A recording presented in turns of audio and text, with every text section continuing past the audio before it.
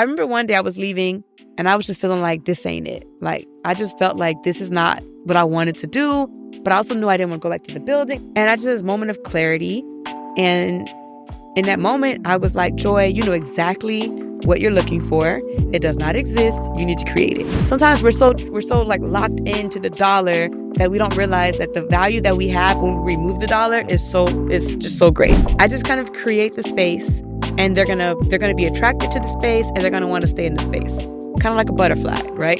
You don't trap a butterfly. You create the environment that a butterfly wants to be in, and they're gonna pull up and they're gonna stay in your garden. There's no fence or leash that you could have for a butterfly, but if you create the right space, they will willingly come and willingly stay. How's it going, y'all? Welcome back to the Gil Podcast. This podcast is about me, Gil, and the things that I'm currently obsessed with.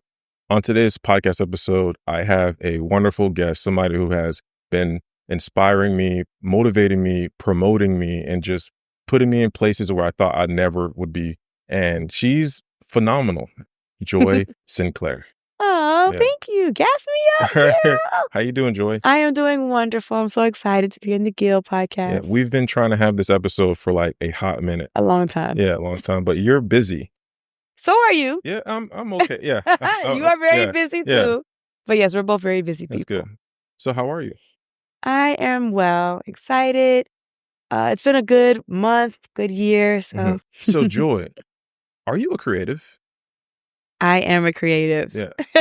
For sure. So what do you do to like call yourself a creative? Like, because I see you do so many different things. Like you're hosting classes on Canva. You're teaching people how to do reels. But what is like something that you do like for yourself that is like creative? I think it's whatever I want. Yeah. Right. Like if I have a vision, if I have an idea, I just kind of think of a way to do that thing, and I do that thing. And I think a lot of times people who say they're not creative are misunderstanding that with like, you're trapped in your thing that you can't do, so you can't do the things that you want to do. And so you're mislabeling that as not creative. But we're all creative. It's just, do you give yourself permission to play out that creativity? And I think I do. Yeah. And the crazy thing is, because of that, that's how we met. Yes! Because you had a creative idea of like, something outlandish. I want to do a podcast outside. I Get did. somebody. And I got you. Yeah, you got me. And now you can't get rid of me. Now we're locked in. It's crazy. But that is so cool. You don't really believe in boundaries as far as like things that you can do. Yeah. I'm really heavy on, that quote that says, if you say you can, if you say you can't, either way you're right. Mhm. Like, that's in all caps in my head at all times. That's dope. So tell us about CoSpace. Yay! Because you are the owner of CoSpace. I am. I'm the owner and founder of CoSpace. We are a Black-owned content creation and co-working studio right in Miami Gardens, which is the largest predominantly Black city in the entire state of Florida. Wow. So we are a co-working space where you can come, be productive, and have meetings, host events, host workshops, like you had a workshop Yes. there. I also host classes and workshops. We have a podcast studio where you can also book Gil. And we do content creation. There's a mini art gallery. It's just a hub for Black business owners, creatives, and entrepreneurs to have a space to be creative and to get things done. The thing I like about CoSpace is it's when you walk in there, it's just like an energy. Like Yes, like a vibe. it is. You just walk in there and It then is. people are just collaborating. It's almost unreal. And I love it. And Yeah. it's very intentional. Yes. So that's when people are always, I think that's the biggest thing people are shocked about is the collaborations that happen at CoSpace. So other spaces you might go and work and everyone's kind of like siloed. Everyone has their head down. They're minding their own business. And at CoSpace, we're collabing. We're talking. If I see someone who I think needs to connect, I'm connecting y'all. Mhm. And I think that's the not so secret sauce about CoSpace is the collaborations that's happening there. Yeah. It's actually one of the co's in CoSpace. Co-work, content, and collaboration. That is, I didn't know that. That is so sick. I Yeah. love it. So what was your vision for CoSpace when you initially started it? So funny story. When I first started CoSpace, I was thinking it would be halfway co-working and then the other half would be like content creation, booths and backdrops and things like that. So when I first started CoSpace, it was just split down the middle. So I had actually backdrops set up where people could always do content. And then I had like a table or two for co-working. And people would start to come and they would take advantage of both sides. But then the co-working side was a little tight. Like people would come there just want to stay and work all day. But there was only 2 tables. Yeah. So then I was like, okay, I'll take one backdrop down and add one more table. And then you can see where this is going. Because now if you come inside CoSpace, the whole thing is for co-working. And we have days for content creation, or you can make it do what it do. But now the whole thing is for co-working. So originally my vision was that middle ground of content creation and being able to sit and be productive. But then I realized more and more that people needed a space to sit and work. So I adapted. And the thing about you that I love is that you're always adapting to the needs of people at CoSpace. Because I'm pretty sure podcast was not in. It was not. It was not. It was not. Originally, that little room was going to be my office so that I can work and like have a space to be. But then I was realizing, because I love podcasts. And people always say there's a podcast for everything. And I think that's a great thing. Yes. It's like you can find whatever, like niche down all the way, something that you're very interested in.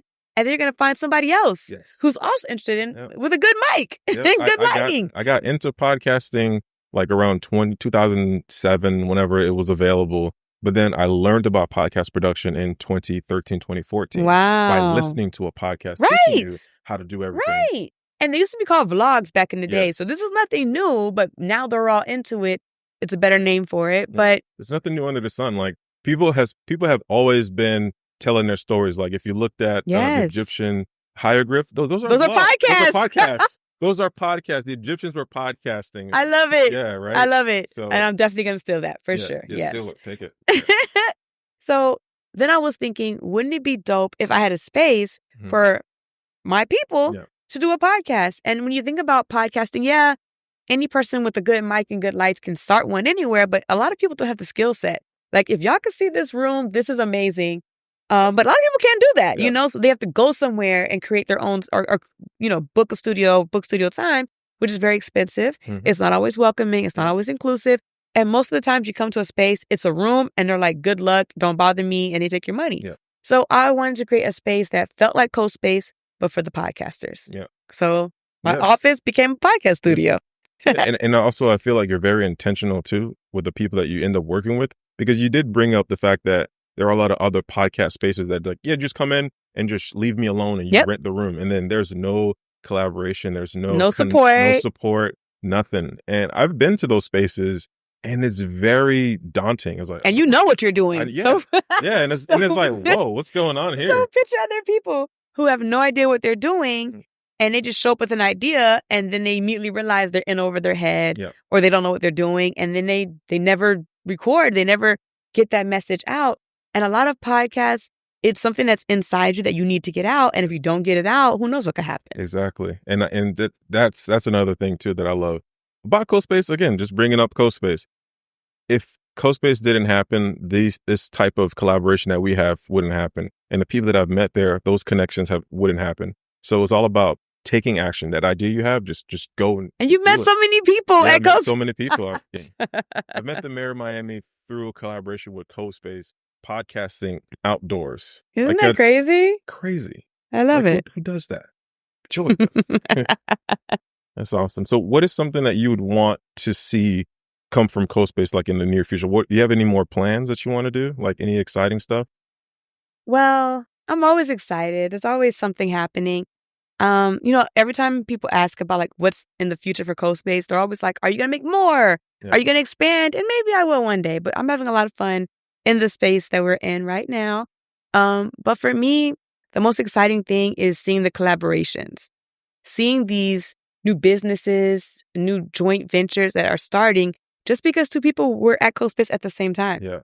So like, even like the scent I'm wearing right now is a collaboration from Vive Essentials and Place of Aroma, who are 2 people who did not know each other, but they were at CoSpace at the same time.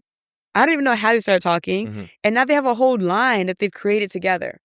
That's amazing. Isn't that cool? Yeah. And you did that. That's just having the space for these people to come and then feel safe, comfortable, and just create. Yeah. There's this quote that I don't remember the origin of it, but it says that the rich turn to the arts because all their basic needs are met. And I was like, I don't even know why that resonated with me, but it did, because sometimes people will have you think that Black people aren't creative, right? Yeah. Or that hood people aren't creative. And it's like, we are, Yeah. but we got to stay alive. Yeah, exactly. We have all these other Yep. things that we have to worry about. So we can't turn to the arts, right? But once your needs are met, you can be creative. You can turn to the arts. So even though I can't solve everybody's problem, while you're inside of CoSpace, your basic needs are met. So you can actually like drop your shoulders and be creative or be productive or just do something else for that hour or 2 or 5 that you're sitting inside of CoSpace. That's amazing. I love that. And we've talked about CoSpace in nauseam, and I could talk about it forever. I talk about it to people who don't even know about CoSpace who live in Fort Lauderdale, Broward. Can we talk about the infancy stages, like the beginning stages? Like, how did it come up? Like, okay, let's talk about get it. the story, how it's all started. So I was working for an amazing company when the pandemic first started, and I just found out I was pregnant, and I'm a cancer survivor. Yay! Hey. So my boss, who's a really good boss, was like, hey, this whole COVID thing is happening, and maybe you should work from home for like a week or 2 while this whole thing blows over, and then you come back. Yeah. And we all know that. We all know there was more than a week. Yeah. So at first, working from home was lit. Yeah. I loved it. I was like, the commute, can't beat it. Mm-hmm. I can stay home. You know, I can be fun. I don't have to get all dressed up. And then after like a couple of weeks, it was not lit. Yeah. I wanted my job out of my house. Yeah. I worked so hard, this clear line of distinction between work and home. And now the job is in my house. And I did not like it. So once it was safe to go outside, I started looking into co-working because I didn't want to go back to the building, but I also didn't want it in my house anymore. Yeah. So then I started going to places, and most of the co-working is like Wynwood, you know, deep inside Miami. And you go inside a place, you're the only Black person, right? Which is never fun. Or you go somewhere and they're playing house music and you really can't focus. Or you go into a place and you have all of their attention or none of their attention, but both for the wrong reason. And then there's that other level of just driving from Miami. So when you're in Miami, if you don't leave by like 2 p.m., you might as well start your new life there because the traffic is insane. You're not going to make it home. Yeah. So I remember one day I was leaving and I was just feeling like this ain't it. Like I just felt like this is not what I wanted to do, but I also knew I didn't want to go back to the building. I had this whole moment driving in traffic and I just had this moment of clarity. And in that moment, I was like, Joy, you know exactly what you're looking for. It does not exist. You need to create it. Yeah. And you know when you have that voice, you know the voice. Yes. Because there's no... It's Morgan Freeman. Yes! It's Morgan Freeman in your head. So you know you have to listen. And I listened. And I took a bet on myself. I know I had the basic logistics to carry this kind of thing out. So I was like, I'm going to take a bet on myself. I'm going to do it. Yeah. And here we are. Yeah, that's amazing. A lot of us don't listen to that voice. A lot of us listen to other voices that are around us. Yep. What do you think about that? People listen to the people around them more versus their inner child or inner voice. We've been trained to not listen to our inner voice for a lot of different reasons, right? If you're from certain areas, they told you it's demonic, right? Right? Or also, you know, we doubt ourselves so much. We doubt our ability so much. But your inner voice knows that you about that life. So your inner voice has no doubt, but we doubt ourselves, right? And your then inner voice doesn't doubt you. It doesn't, because it knows what you could do. Crazy. Right. Your inner voice knows what you can do, but we have been trained not to listen to it. So sometimes when you hear that voice, you're like, nah, I can't do that. Yeah. No, I'm not. I can't. I'm not that good. Yeah. And then it just not go away. Yeah. So even if you can identify that it's Morgan Freeman telling you something, you know, so even if you have any doubt, you always know because the message just keeps coming and keep coming. Whatever that thing is that you can't shake, do the thing. You have to do it. Just do the thing. Listen to the voice. It's not doubting you. We're doubting ourselves. Absolutely. That's crazy. I love that. I'm going to steal that. You can have it. Okay. That's it's awesome. A trade. Yeah, it's a trade. Yeah. And that's another thing about CoSpace too is bartering. Yes. So there's a bartering event. Can you talk about that? I will. Look at me with these segues. Come on. This is amazing. You're doing really good. Yeah. So we have this event called Barter and Build. And the premise is it's a networking event, but your goal is to make deals and collaborations, but no money is being exchanged. Yeah. Everything is bartering. So bartering is like Black Root 101, right? Because when you think about our ancestors, if you had goats, if you were herding goats, right? And I was growing kale, we would swap. Yeah. And then we both have a good meal, right? Or when you think just traditionally, like growing up as a kid, you know, my mom can sew. So she would make somebody's curtains in exchange for them fixing our plumbing, you know? So bartering is deep in our soul, right?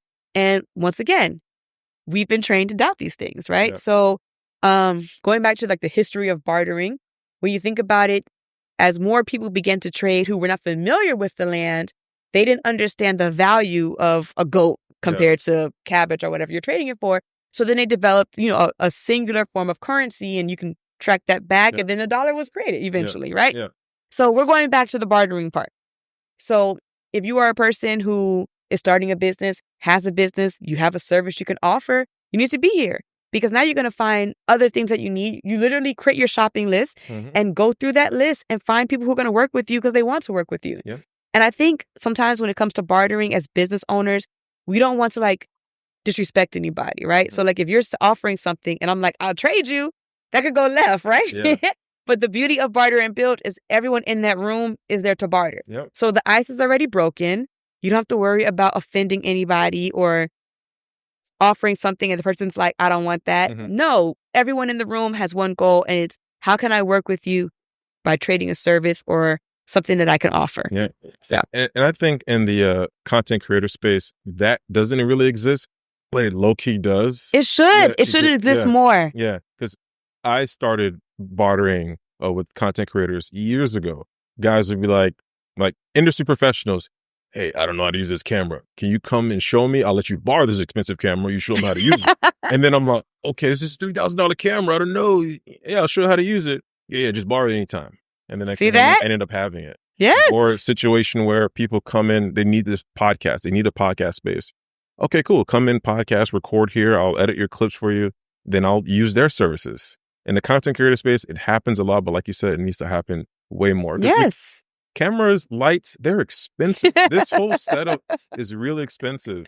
We're in a multi-million-dollar space right now. Yeah, you know, that's what I'm saying. And it's like, if I could help somebody and they help me, like you scratch my back, I scratch yours.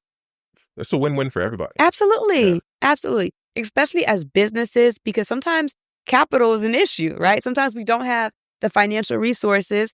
But if you are a podcast engineer, right? If you know, like, there's no piece of tech that Gil can't figure out, right? That's a currency. That is a currency. So sometimes we're so like locked into the dollar that we don't realize that the value that we have when we remove the dollar is just so great. Yeah. And that's another thing too. A lot of people are too worried about the dollar.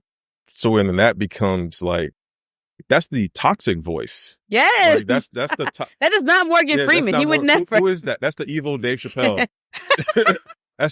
So he gonna take it. $20. That's the evil voice. Yeah, I feel like most people should definitely listen to the good voice and not the bad voice. But I think the bad voice is so loud because it's all over social media. Yeah, it's like sell. Like so recently I created a course. I created a iPhone, teach you how to use an iPhone to podcast. I saw that. Yeah. So I had somebody tell me I need to charge expeditiously for it. I need to do this, do that. I was like, this is something that somebody can just Google or ask ChatGPT. Like I'll feel, even though it's not, but okay. Yeah, even though it's not, but I kind of feel like if I'm teaching somebody how to do something, they'll really appreciate it. It's like, this guy taught me how to do this. Maybe he could help me out with this something else. Yeah, that's the long game. Yeah, and it has happened where people, well, you know, I do a podcast with using an iPhone. Do you know I do a podcast with cameras? Yeah, I actually do. And then they find my YouTube channel. Holy crap. Now they're locked in. Yeah, now I'm locked in. Like this afternoon, actually, I'm going to Brickell to build a podcast studio space off of the back of me doing the iPhone course. Somebody saw my iPhone course. They went through it, told their friend about it, and that friend has now hired me to build a podcast space. And is like, okay, if I charged the person initially, I'm not gonna pay for that. That's and then true. They'll feel locked. They'll feel what do you call that? Gatekeep. I'm not gonna tell anybody about it because I paid for it. That's but lock true. it in. So it's just like selfishness almost always creates just a toxic environment. Yeah. Yeah. So scarcity mindset. You know. Yeah. That's so true. A lot of people are just very lacking, not needing to share. Absolutely. Yeah. And I think, going back to CoSpace, Yeah, literally. but I feel like that's part of the vibe check that we talk about at CoSpace, because when you walk in CoSpace, everyone's always like, what can I give? What can I share? How can I help people? And it's the same mindset, because when you open, you know how we say a closed fist, that thing goes out, but nothing comes in. Like, so, and the joke that I've seen multiple times about CoSpace is, you can't leave. Oh yeah. Oh yeah. There's no, all right, y'all, I'm out. See you. No, it's like, it's a process. It's like, it's so beautiful. Like, I've seen multiple people, all right, y'all, I'm out. Hey, nice to meet you, Gil. And they're just standing by the door. Yeah. Like, they can't leave. They can't leave. And it's just, oh, wow, this is great. I love it. Yeah. I love it. That never gets old. It's amazing. Do you vet people? Unofficially. So the only rule at CoSpace, the only rule, got to pass the vibe check. That's the only rule at CoSpace, right? And so I find that the way I'm so intentional, the design, the setup, everything we offer, anyone I do choose to work with, it's like you have to kind of, that energy, right? And sometimes when people come in who are not a part of that, they're not passing the vibe check, they kind of self-select out. Because think about it. You love the space because you passed the vibe check. I right? live here, and I would drive there. I would literally just drive to CoSpace. There's been a couple of times where you've said, hey, Gil, can you just set up a C-stand? Yeah, I'm he going. Came. I'm just Which going. I love. I'll just go. I love it. Yeah. But it's because you passed the vibe check. Yeah. So if you were a person who's negative, or a person who always feels like, got to work in silent, don't talk to people, you're not going to like CoSpace. You're going to come in here and be like, what is wrong with all these people? Yeah. And I think that self-selection is very critical to the vibe. But it also allows us to kind of like filter out who's in the space and who has access to the space without having to do anything. Yeah. By being so intentional in the vibe that I've created, the people who are not supposed to be there will not want to be there. Yeah. And I love it. I don't have to do anything. So when it comes to like selecting who I want to work with, who I want to like have the relationship with, I just kind of create the space, and they're gonna be attracted to the space, and they're gonna want to stay in the space. Kind of like a butterfly, right? You don't trap a butterfly. You create the environment that a butterfly wants to be in, and they're gonna pull up and they're gonna stay in your garden. There's no fence or leash that you could have for a butterfly, but if you create the right space, they will willingly come and willingly stay. So that's how we are at CoSpace. I love that. I'm gonna take that concept too, because there are a lot of times, creators, we willingly want to share and grow with other people. Yeah. And a lot of people have nefarious reasons for like collaborating. And sometimes they're not wrong. Sometimes they something has happened to make them like that, and it's a protective measure. But like my therapist has told me before, that sometimes we have these measures in place that were useful at the time, but are no longer useful, right? But we haven't let it go, So what has protected you in the past, or what has helped you in the past, it worked in that moment, but is that still a tool you need to be using? Probably not. That's interesting. Speaking of tools, let's talk about AI. Look at that segue. You're really killing these segues. So what are your thoughts? First, what are your thoughts on AI? I think AI is a powerful tool. Yeah. I think that it's so much more powerful than we are using it for at the moment. But I also think that AI is supposed to be your assistant, right? Mm-hmm. So I find that sometimes people will let AI speak for them and create for them. Mm-hmm. And it's like, well, it really shouldn't be doing that. Yeah. Like if I have my assistant, I will have her go do the research. Yeah. I might have her put some things together, but I would never send her to go speak for me. Yeah. Right? But I think people are sending AI to go and speak for them. And that's the issue. That's what's the people who don't like AI, that's what they're seeing. Yeah. Right? So I think that we tend to use it in the wrong way and then overuse it in that way. Yeah, that's true too. I had a client who was like so against AI and doing things like the traditional way, editing with Photoshop and doing all this other stuff. And I was like, Photoshop is AI. A lot of the tools we're using, Canva is AI. So my client basically, what she was annoyed of and fearful of is the overusage of AI and it being used in times where it doesn't really need to be used. Yep. And the way I've always considered AI a tool, and literally in my head, I see a hammer. Yeah. So it's like AI is really just a sledgehammer. Yep. And you're using it to like unscrew a Phillips head. Yeah. And it's like you're using it to like unscrew a Phillips head or like bang like a little picture on the wall. You Yeah. can literally not have to use it. But what tools do you use to edit or create? So I keep it very simple, Mhm. as you know. So I am heavy on the Edits app now in Instagram. Before that, I would typically edit directly in Instagram. Like I try to keep things very simple because if it's simple, you can be consistent. For me, I use Final Cut Pro. So I use the Edits app too, but I've been editing since I was a kid, like using Microsoft's Movie Maker. Like I've been editing like years. So I know a lot of like tools and tricks so I can do something really, really fast. But I love the Edits tool. But I do get like, I want to bash my head into the wall when I can't do certain things. So I just open up Final Cut Pro or CapCut and I just whip it up real quick. So it's fast for me. Yeah. And but to me, at the same time, I'm always bewildered and amazed, like, wow, this used to take me forever. I made this little funny meme of an assistant running to me to give the battery. And I was like, this would take me forever to key. Keying is when you match the word with the person and it follows it. And now it's nothing. And now it's literally you just nothing. Click a thing and tell it what to do. Hey, follow this person. Word, follow that person. And it did it. And I was just... Isn't that crazy? It's crazy. Like for me, I really appreciate, because I grew up super poor. So like all the software I've had growing up to edit videos, photos, I stole it. It was all like pirated stuff. I'm not ashamed to say I pay for stuff. Statute of limitations. Statute of limitations. I was, I was an illegal immigrant too. So I probably could have got... Now ICE is going to come to the studio. Open up. So it's like, I've always like struggled to like learn how to use Photoshop and I learned it. And now it's like, you don't really have to learn it. You just could literally do this. But that's your superpower is the fact that you learn these things. You can figure almost anything out. Yeah. And then you have these simpler versions of tools that you can easily use because if you can do all of that, Edits app is nothing, right? But it's faster. It is. It's lighter. It's on the phone. It's on your phone. You can do it real quick. And I think it's very helpful when you can do both. Yes. So for me, I went to a magnet school for middle school and high school, and I was in TV production. Oh, yes. Yes. And I was in TV production, and my favorite thing to do was edit videos. Yeah. So I used to love editing. And now when I'm doing these reels, I'm like, that reminds me of... it brings you back. Right. Minus the rendering. There's no, no rendering. But yes.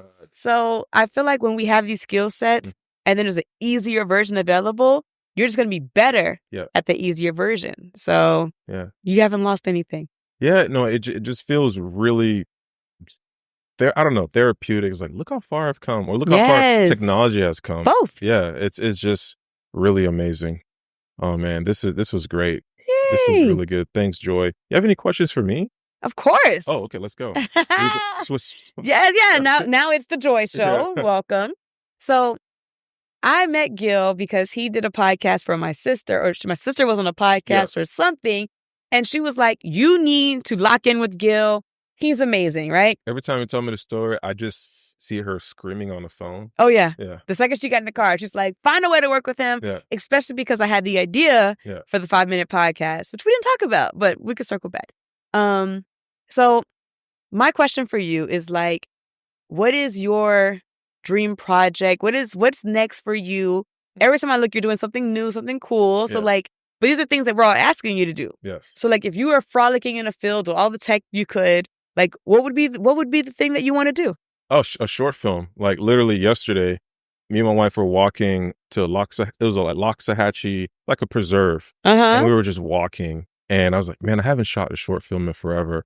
Me and my friend Anton and Willie, we would shoot short films years ago. There's like a tiny white camera right there. I don't know if you can see it. But anyways, that was like my first camera that I got. It was like the $300 camera that I found at a thrift store. And it was for $20.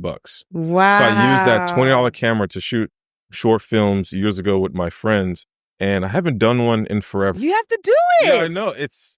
I have like, remember the script that I texted you? Yes. Yeah. So you could, like, I have all of these ideas. It's so random and I loved it. It was so, I was like, hope she don't think I'm weird. I love it. I literally just sent her a movie script and I'm like, Why did I do that? I love it. 'Cause- TV production. I love writing scripts. I love reading scripts, especially when that's script format. Like, so I would love to do like a short film, horror thriller. One of my friends and clients, Coach Cass, I made a post on my story. She's like, "What would you film here?" Because I said I want to film something here. She's like, "What would you film here?"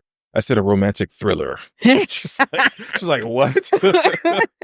Just something. I would love to just get back in there and create. Because what to me, filming a video or short film, it's extremely collaborative. Yeah, You have actors, you have sound design, you have location scouting, you have assistants. It's a whole production behind the production. Yeah, and then I get to do it with friends or people. So you're really just hanging out, and then you put it all together. I love that. So what's the production going to be about? What's the movie going to be? There's so many. I have so many script ideas. Like, I love horror movies.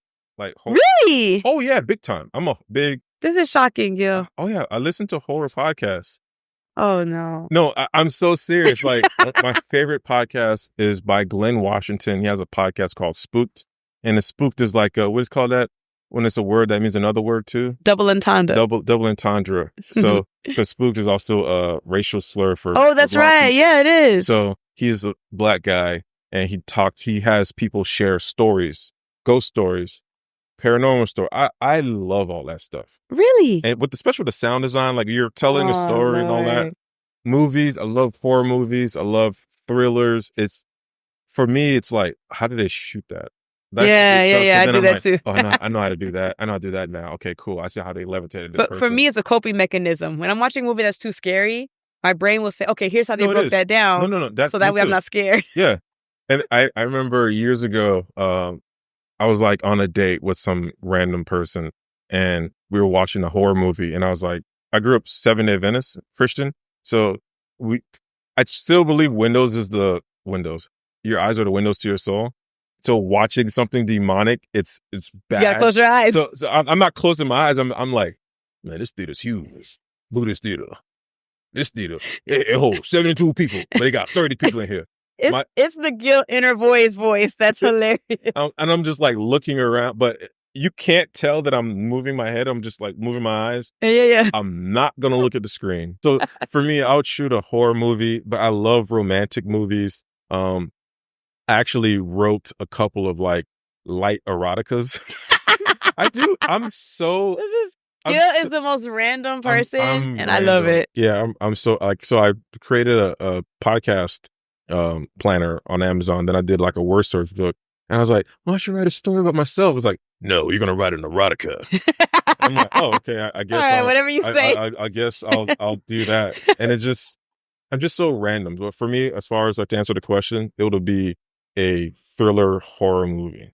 I love it. Yeah. I love it. Yeah. And it's earlier when we were talking about like being creative. I feel like that's you giving yourself permission. Mm-hmm. When we call random, it's really you listening to your creative stuff and just doing it. Yeah. I say this all the time, but it's like we second guess ourselves so much, right? Yep. And then we also like downplay ourselves so much. And then we don't really listen. But the bigger thing is we're so afraid to like try something. We're so afraid to take a chance. And if you look at it like statistically, you've survived everything that you have been through so far. You're just still here.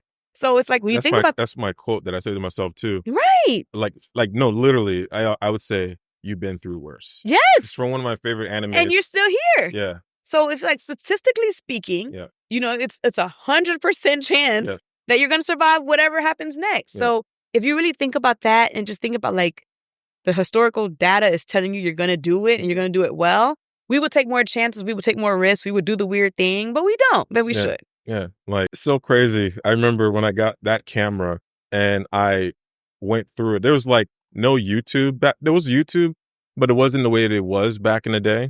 So I'm learning how to use this camera. I maxed out everything about it. Like I learned everything that I needed to learn about video. And I was like, this camera's holding me back. And I had to like me and my wife went to BJ's. And she's like, you sure you want to spend $300 on a camera? $300 was a lot back then. And this was like at BJ's. And we're like, I'm going to have to learn. I'm going to have to get this camera. $300. This is like, And now look at you. And it's like, I have a $2,700 camera with like $4,000 lenses, and Isn't this crazy? it's insane. It's crazy because now I'm thinking back in the day, I wasn't scared of nobody's scared of their wives, but they don't want to like annoy or put them in a predicament, or their partner, husband or wife. And I was like, I don't want to bother her with my creative needs.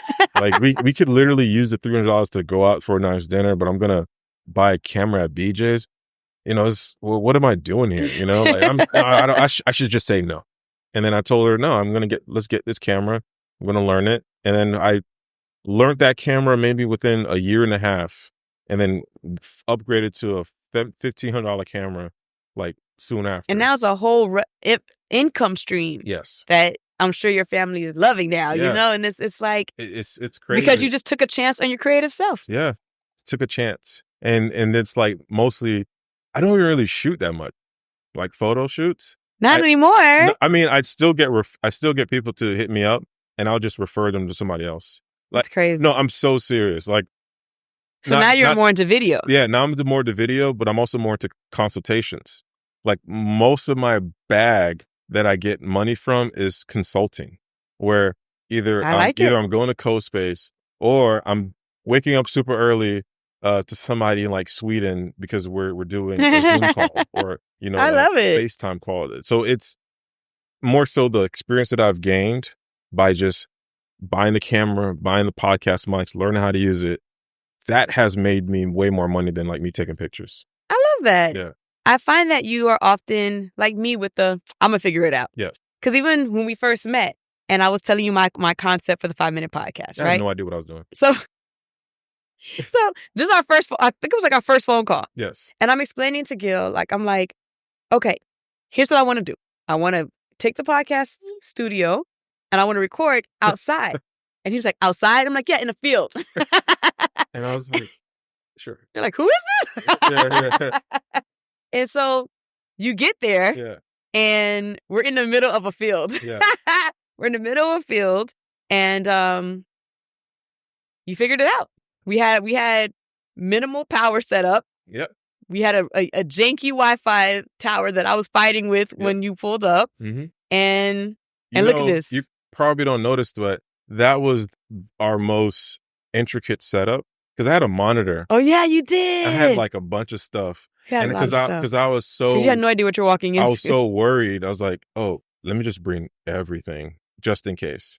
And that is true. Yeah, so it was. Now he has like one suitcase. Yeah, just like one suitcase. I'm like, recently we were in a garage. Remember that? We were in no, it was hot. We were in a garage. Hot. Yeah. And the power kept cutting off every time we plugged the light in. And we had no support, everything. It was a very interesting day. Yeah. And Gil never complains, even though I can look in his face and he just want to get out of there. But yeah, no, it was just, to me, it's just, you ever heard the term? It was experience points. It was just experience points. Like, it's a video game metaphor. Yeah. Like, XP. This is just XP. This is just XP. And like you were saying earlier, we've survived everything. One of my favorite animes is called Berserk. And the main character says to himself, I've been through worse. This is just like he's a raider. He raids castles and he takes over castles, and he's a raider outlaw. And every time he goes to a kingdom, he'll see a bigger castle he needs to take over. He's like, took over the other castle. This is nothing. This is just another castle. I can just do this. And a lot of times when I'm dealing with clients or friends or projects, or Joy hits me up and says, I want to do this creative thing. I'm like, I've been through worse. I've live streamed a funeral in Philadelphia. Ooh. I can do a podcast in a field. Like, this is a great mindset. Yeah, I could do a podcast for the living. I've done a live stream for the day. So that's where my brain goes. And it's always exciting. Because with CoSpace, there's the clients. I don't want to even call them clients. Clients are so derogatory. The team members, or the members, the co's. Our coworkers. They're so different. They are. Some of them are like, some of them can't spell podcasts. Some of these podcasts, like the other one, we're not going to mention who, but you dropped the clip. And I'm looking and I'm like, how does Gil record these with a straight face, super supportive? Yeah. I'd be on the floor cackling. Yeah. And I'm just like, but I love it. I love it. I love people's podcasts, but it's just so interesting. And it's like, oh, I can make this work. And then to me, it's the reaction that they have at the end when everything is done. They're like, wow. Oh yeah, they're blown away. Oh my gosh. And it could be so simple. And that never gets old. Yeah. That never gets old. It never gets old. Like it's even for photography, you take a photo of somebody. Like even when I showed you on the camera, you're like, whoa. I know. Yeah. Because Gil's always in 8K. Yeah. It doesn't matter where you are. He is always in 8K. It's annoying, but I appreciate it. But he lives in 8K. Yeah. It's all about lighting. Like in here, I was going to bring one more light. I was like, 1, 2, 3, 4. There's 4 lights in here. And his backlight. Oh, the backlight for you, yeah. And it's just an accent light. Like, it's just, to me, I'm always trying to make it better. And I think as a creator, most people get comfortable. Oh, I have this setup here. This setup is fine. This works. And that's where you could make a lot of money doing that. Mm-hmm. But I truly love creating. And you never have the same setup. Yeah, no. Every time I worked, it's been, 2 years now? Yes. And Gil has never had the same setup twice. Yeah. No, it's just... There's always a new gadget, a new thing. A new thing just to make things easier. And pushing the needle forward. And one of my favorite podcasters, he said, life is all about progression. It is. And it's always about learning, growing, doing something way better. And Rick Rubin, I've been reading his book about creativity. He's just always creating. That's why I've been making those memes. I'm literally just sitting down. I die. The memes are hilarious. I'm literally just sitting down on my phone looking at a meme, and I'm like, how can I make this about podcasting or creating? Oh, I can just do that. And you're making these in the Edits app. I'm making them in the Edits app. Yeah, in the Edits app, screenshotting, screen recording. Like, I hate when people have Instagram posts and then you can't remix it. Yeah. I'm like, screen. Now you got to put it in. You're going to take it anyway. I'm going to take it anyway. And I'm going to put my name on it. Yeah. Every time I see one of these memes and it say made with edits, I'm like, I should never told you about it. But hilarious. I cry. It's hilarious. Yeah. We done unlocked a whole new thing for you. It's fun. It's to me, this like going to my roots of video production and edit. And the thing is, it's small. It's the Edits app, but I'm in my mind. I'm like, I could use this skill to when I'm making my movie finally, like that repetition and excitement. You know. Yeah. And the creativity and the humor. Yeah. Very funny. Yeah. I'm trying to be authentic and just because I live in jokes. All I do is joke. Well, you should notice, but everything to me is a joke. Like everything is funny. Life is very serious and it could be daunting and like annoying, but I like to find the funny in the funny. I'm not a comedian, but I like to make people smile and laugh. And you do. Yeah. You do. Yeah. It was a delight. All right, Joy. Thank you for coming. Yay! This has been fun. This was fun. Yeah. This is like I won't say the best podcast. Well, the best podcast because it's Joy. But this is really cool because a lot of people have been wondering, why do you go to Coast Space? You know, we got so many stuff over here in Broward, bro. You ain't from Miami. Like, I'm not from Miami, but my heart is. Yes. I mean, the first place I came to America was in Miami. Oh, really? Yeah. When you come into, because I was born in the Bahamas, I landed in Miami. Look at that. See that? I mean, you know what I'm saying? So I'm not a Miami native, but I was raised in Broward, but I love Miami. Something about it. I love it. All right, Joy. Thank you. Yay, thanks for having me. No problem. Anytime. This is a lot of fun. All right, guys. Thank you so much for tuning in today's podcast. It was really fun. If you want to check out Coast Space, be sure to come to Miami. I'll have the address right here. And also check them out on Instagram. They are amazing. Joy's always dropping amazing tips and tricks. And if you want to attend one of her courses or online classes, she teaches you how to use Canva, how to edit reels. You don't have to be in Miami. You can actually do it anywhere. If you're in Dubai, if you're in Singapore, if you're in Thailand, and you want to learn how to edit reels, be sure to check out the Coast Space. All right. Bye.